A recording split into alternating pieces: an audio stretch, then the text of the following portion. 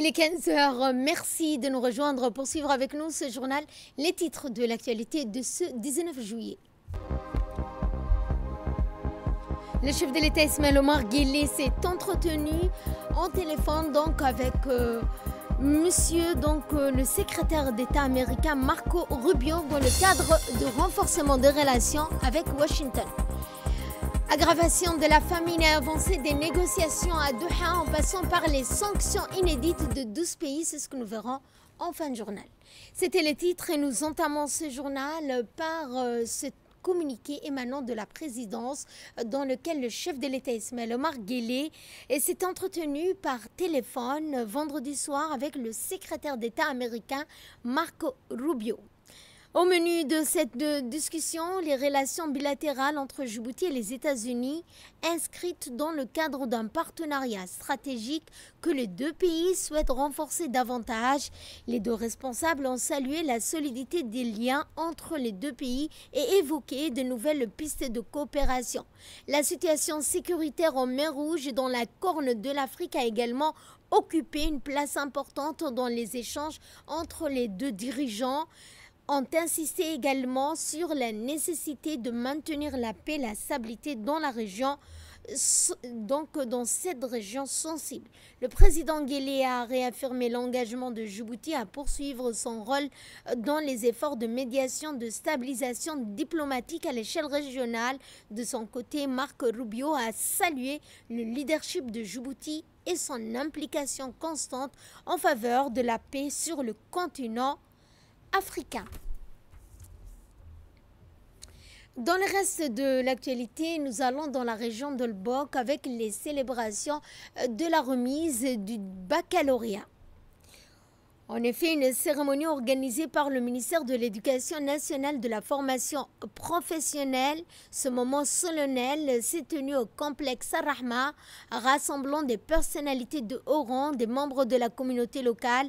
Parmi les invités d'honneur, on notait la présence de M. Mohamed Selassie, conseiller technique du MENFOP, ainsi que de M. Moussa Aden Migane, préfet de la région, M. Mohamed Ahmed Ismail, président du conseil régional, Hamadou Ali, inspecteur régional de l'éducation, étaient également présents, des parlementaires, des chefs militaires, des autorités religieuses, civiles, ainsi que des parents des lauréats. Dans les discours émouvants des deux majors des lycées de Bok ont marqué la cérémonie où ils ont partagé leur parcours évoquant la persévérance, les doutes, les réussites, tout en remerciant les parents, enseignants pour leur soutien indéfectible. Individuel, mais aussi le reflet du soutien indéfectible de nombreuses personnes qui ont cru en nous. Permettez-moi d'exprimer nos sincères reconnaissances à nos professeurs. Vous avez été bien plus que ces simples transmetteurs de savoir. Vous avez été des guides, des mentors, des sources d'inspiration. Chers camarades diplômés, rappelez-vous, ce n'est que le début. Le chemin devant nous sera parsemé d'obstacles, mais aussi de magnifiques découvertes. Continuons d'apprendre, de nous remettre en question, d'être curieux et audacieux. N'ayons pas peur de l'échec, car il est souvent d'une étape nécessaire. Le président du conseil régional a pris la parole lors de cette cérémonie pour féliciter les lauréats. C'est également l'occasion pour moi de féliciter tout l'encadrement qui était autour. Certes, les élèves ont fait beaucoup d'efforts pour réussir, mais il faut savoir que derrière tout ça, il y a toute une machine qui était en place. Cette machine commence par la base, à savoir les enseignants, à savoir les chefs d'établissement, à savoir également les corps d'encadrement. Tout ça a fait que cette année, la réussite par rapport à l'année dernière a augmenté et la région en est fière. Chers lauréats, chers bacheliers, soyez fiers de vous parce que la région de Bok est fière de vous aussi. Je ne voudrais pas omettre de remercier quand même les comités d'organisation de cette festivité, les hommes et les femmes de l'ombre qui sont assis ici. Aujourd'hui, si cette cérémonie est aussi belle, si cette salle est aussi bien décorée, c'est grâce à eux et c'est grâce à elles. Je voudrais leur dire un grand bravo et félicitations. Certes, vous avez eu les bacs. Pour vous, ça peut être l'aboutissement, un grand travail, mais il faut savoir que c'est le début d'une nouvelle aventure. C'est le début d'une nouvelle aventure, c'est l'aventure de l'enseignement supérieur. Alors, M. Burhan l'a dit en langue afar, c'est un grand travail qui vous attend. Il ne faut pas vous décourager, il faut aller de l'avant, il faut faire la même preuve de persévérance et d'efforts que vous avez fait durant l'année pour que, après les baccalauréats, vous puissiez continuer et que vous allez jusqu'au bout de vos études. Et l'enseignement supérieur, c'est un long parcours aussi. Inch'Allah, avec votre volonté, avec votre détermination et notre soutien aussi, ça va, nous en tout cas, on vous accompagnera. Et l'inspecteur régional de l'éducation, M.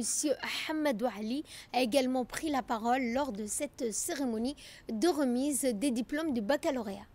Le ministre de l'Éducation nationale a dédié la promotion bachelier 2025, promotion Saïd Nour Hassan. Toute vie humaine porte en elle la marque de la finitude. Nul destin, si grand soit-il, ne demeure à jamais sur cette terre. Telle est la loi inéluctable du Créateur, inscrite dans la trame même de l'existence. Les ans passent, mais les souvenirs demeurent. C'est dans cet esprit de reconnaissance et de transmission de la mémoire que le MENFOP a décidé de donner à la promotion des bacheliers 2025 le nom du feu Saïd Nour Hassan, ancien directeur général du CRIPEL. Par ses choix, il rend hommage à un homme dont l'intégrité, la sagesse et le dévouement ont marqué la communauté éducative. Que son âme repose en paix et que son exemple continue d'inspirer celles et ceux, à leur tour, choisiront de servir l'école de la République. Chers invités, après cet hommage posthume, bien sûr, je ne manquerai pas de féliciter tous les lauréats. Au Bokois, je leur dis tous félicitations. Je leur souhaite une bonne chance dans la poursuite de leurs études universitaires et bien sûr à l'avenir dans l'insertion professionnelle. Le préfet de la région de Bok, M. Moussa Adel Migane, a également pris la parole suivant un extrait de son intervention. Ce diplôme que vous recevez aujourd'hui est bien plus qu'un simple papier. Il est le fruit de votre travail, de votre engagement et de votre volonté de réussir. Chers diplômés, vous êtes l'avenir de notre région, de notre pays. Que vous choisissez de poursuivre vos études ou d'entrer dans la vie active, je vous invite à rester audacieux, curieux et responsable.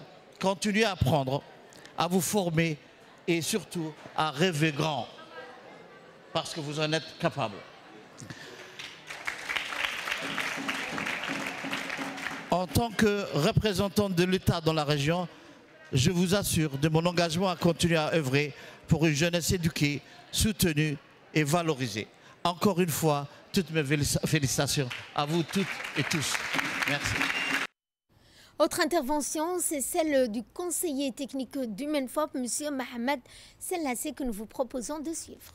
Chers lauréats, ce jour solennel où s'achèvent 12 années de labeur, d'efforts soutenus et de sacrifices silencieux, permettez-moi de vous adresser mes plus vives et chaleureuses félicitations.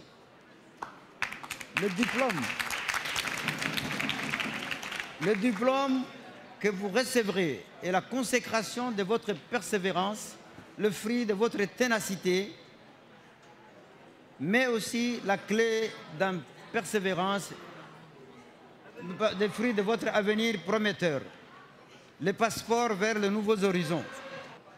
Chers enseignants, encadreurs pédagogiques, personnel administratif, par la rigueur de votre engagement, la noblesse de votre mission et la constance de vos efforts, vous avez, jour après jour, façonné cette réussite collective que nous célébrons aujourd'hui.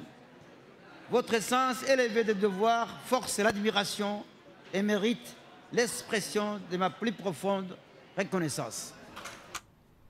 Autre cérémonie de remise du diplôme du baccalauréat, eh bien c'est à Arta que s'est tenue une autre cérémonie qui s'est tenue jeudi sous le patronage du ministère de l'Éducation nationale de la formation professionnelle, célébrant les efforts et les réussites des étudiants de l'enseignement général et professionnel.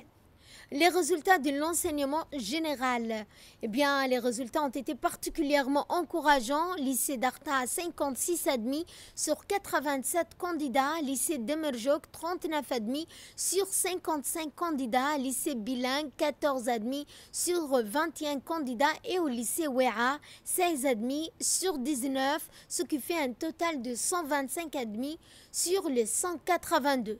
Les résultats témoignent également d'un taux de réussite significatif soulignant l'engagement des enseignants et la détermination des élèves. La cérémonie a également mis en lumière les réussites des élèves des enseignements professionnels. Le lycée hôtelier d'Arta, 45 admis sur 47, centre professionnel admis 6 sur 26 candidats. Au total, c'est 51 étudiants qui ont été admis sur 73.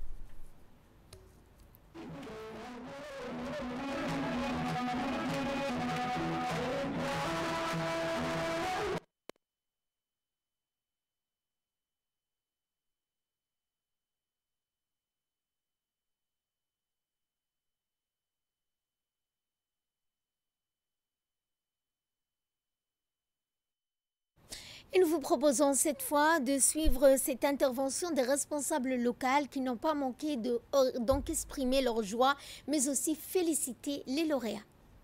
Ainsi que les dévouements de leurs parents. Je tiens à exprimer et à féliciter tous les lauréats de la région d'Arta. La réussite du baccalauréat n'est pas une chose facile. C'est beaucoup d'efforts consentis, beaucoup de nuits veillées, beaucoup de travail acharné, avec le soutien et l'accompagnement sous la surveillance de vos parents. Vous avez aujourd'hui prouvé en étant le lauréat de la région d'Arta. Autre intervention, c'est celle du conseiller technique au ministère de l'Éducation nationale de la formation professionnelle. Des jours qui marquent une vie. Des instants où le temps suspend son cours pour saluer l'effort, le courage et la persévérance. Aujourd'hui est de cela.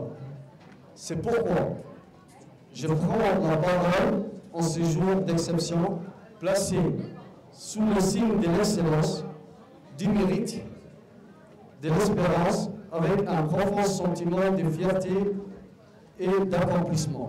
En ces jours solennels, où s'achètent 12 années d'efforts soutenus et de sacrifices silencieux, permettez-moi de vous adresser mes plus vives et chaleureuses félicitations. Le diplôme que vous recevez est la consécration de votre persévérance, les fruits de votre ténacité, mais aussi la clé d'un avenir prometteur. Les passeports vers de nouveaux horizons, l'enseignement supérieur, un univers d'exigence, de rigueur, mais aussi de découvertes, d'excellence et d'élévation. Nous allons aller s'habiller cette fois une mission de la CNDH, la Commission nationale des droits de l'homme, conduite par son président Ali Soubani Ateye, s'est rendue dans la région d'Ali Sabié. En plus de ce dernier, cette délégation était composée du procureur de la République, Hassan Mohamed Hassan, de l'avocat d'État, Omar Wahib Aref, Dr Mohamed Ibrahim Hassan, commissaire des droits de l'homme, sa collègue Choukri Ali Boulale, également commissaire des droits de l'homme auprès de la CNDH, du magistrat Ismail Hamid, son secrétaire général Djibril Ousmane et d'autres membres de la CNDH.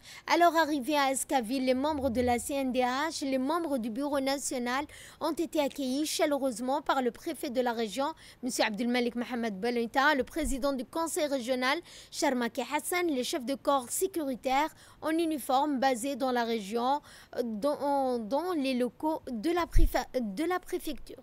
Cette visite s'inscrit dans le cadre des activités de sensibilisation, mais aussi de vulgarisation de ces missions dans la continuité des efforts déployés par la dite commission pour rapprocher ces actions des administrés et renforcer leur compréhension des droits humains et de leur protection au niveau national. À cet effet, les visiteurs de marque se sont réunis avec les responsables régionaux, les chefs de services déconcentrés de l'État. En premier lieu, le chef de l'instance régionale de la décentralisation a souhaité la bienvenue à cette délégation. Cette délégation, s'est même rendue à l'issue de cette rencontre, elle et les membres de la CNDH au bureau du tribunal de Djibouti ont fait une immersion dans les casernes de la police, des brigades de la gendarmerie d'El Sebier pour s'enquérir des conditions de détention des individus appréhendés pour des délits divers plus ou moins graves et ont pu consulter le registre d'enregistrement des interpellés. Le président de la Commission des droits de l'homme, M. Ali Soubani Ataye, a pris la parole suivant un extrait de son intervention. Pas la première fois que nous venons rencontrer nos concitoyens d'El Sebier. Nous sommes venus échanger à plusieurs reprises avec la société civile. Nous sommes venus rencontrer les étudiants du lycée. Nous sommes venus à plusieurs reprises inspecter aussi certaines opérations, surtout la problématique de la migration. Et aujourd'hui, nous sommes venus dans le cadre de nos échanges avec les services déconcentrés de l'État et mener une campagne de sensibilisation et répondre à vos questions aussi, sensibiliser sur le respect et la protection des droits. Le préfet de la région, M. Abdelmalik Mohamed Banouta, a souligné dans son intervention l'importance pour les administrés de connaître leurs droits, mais aussi leurs devoirs. Il faut qu'on sache quel est le droit. Et c'est une chance et une opportunité pour nous tous aujourd'hui de poser des questions aux personnes ressources pour qu'on puisse, être mieux munis pour agir et répondre à nos fonctions. Et pour nous, c'est une opportunité et une chance. Il faut qu'on la saisisse. Et en tout cas, merci à vous tous. Inch'Allah, j'espère qu'on aura aussi d'autres opportunités. En sport, l'édition 2025 du tournoi d'été de la phare a été officiellement lancée ce week-end sous l'égide du secrétariat d'État chargé des sports. La cérémonie d'ouverture a été marquée par un match inaugural très attendu opposant l'équipe locale phare à celle de Bordeaux devant un public enthousiaste et en présence d'une délégation officielle du secrétariat d'État chargé des sports. Les joueurs ont livré une rencontre palpitante conclue par une victoire méritée de l'équipe phare sur le score de 2-1. Le tournoi placé sous la coordination du responsable local, Mohamed Farah Malaou, s'inscrit dans une volonté de renforcer la pratique sportive de proximité. Dans l'actualité régionale et internationale, nous allons au Kenya, puisque le Kenya lance son premier projet africain de captage direct du carbone dans l'air. Une initiative innovante de lutte contre le changement climatique, la start-up kenyane Octivia Carbon a inauguré un projet pionnier de captage direct du dioxyde de carbone dans l'air, une première en Afrique. Le projet repose sur une technologie avancée alimentée par l'énergie géothermique permettant aux stations pilotes de capter environ 10 tonnes de CO2 par an, chaque unité opérationnelle. L'entreprise ambitionne également d'augmenter cette capacité à 1000 tonnes par an dès l'année prochaine grâce à des partenariats internationaux avec des organisations environnementales. Ce projet s'inscrit dans la volonté du Kenya d'intégrer le marché mondial du crédit carbone en transformant le carbone capturé en crédit échangeable par les entreprises, cherchant ainsi à atteindre la neutralité carbone.